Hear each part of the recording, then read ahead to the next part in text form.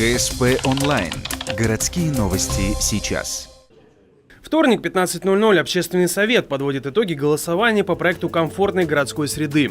18 марта горожанам предложили выбрать две площадки, на которых будет проведено благоустройство.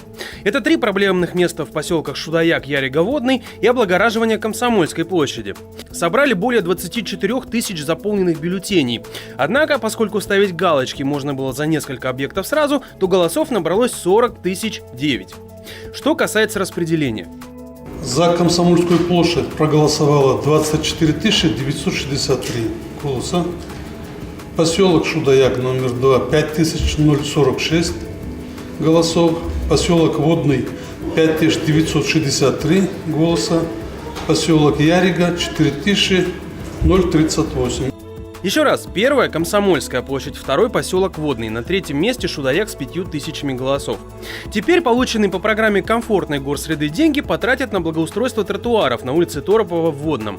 По проекту сделают обе стороны, но жители настаивают на приоритете четной стороны.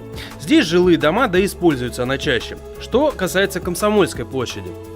На благоустройстве Комсомольской площади у нас примут участие еще и наши партнеры, городообразующие предприятия.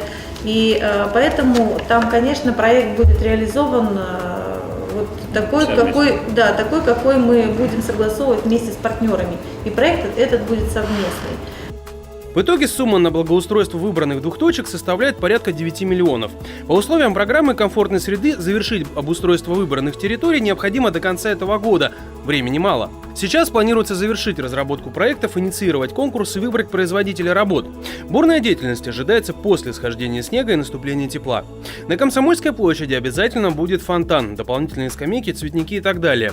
Реанимация 2 фонтанов рядом с ДК пока не планируется. Площадки, не вошедшие в программу в этом году, планируется включить в голосование в будущих.